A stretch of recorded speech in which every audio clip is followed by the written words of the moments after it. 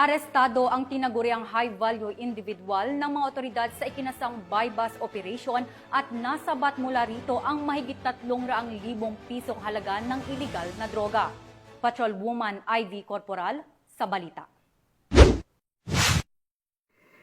Arestado ang isang drug personality sa isinagawang buy-bust operation ng mga tauhan ng Las Piñas City Police Station Drug Enforcement Unit dakong 1:25 ng madaling araw sa San Demetrio Street, Metrocorp B Homes, Barangay Talon 5, Las Piñas City.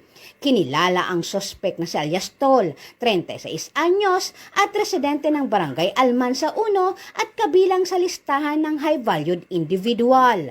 Nakumpiska sa suspect ang 6 na heat-sealed transparent plastic sachet na hinihinalang shabu na tumitimbang na 51.65 gramo at may tinatayang standard drug price na 351,220 pesos. Narecover din ang isang brown leather coin purse, keypad mobile phone at mark money na ginamit sa transaksyon.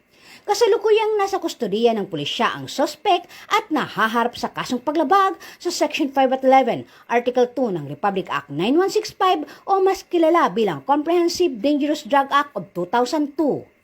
Mula dito sa Camp Bagong Diwa, Bicutan, Taguig City, ako po ang inyong PNN correspondent, Patrolwoman Ivy Corporal, alagad ng batas, tagataguyod ng Balitang Pulis.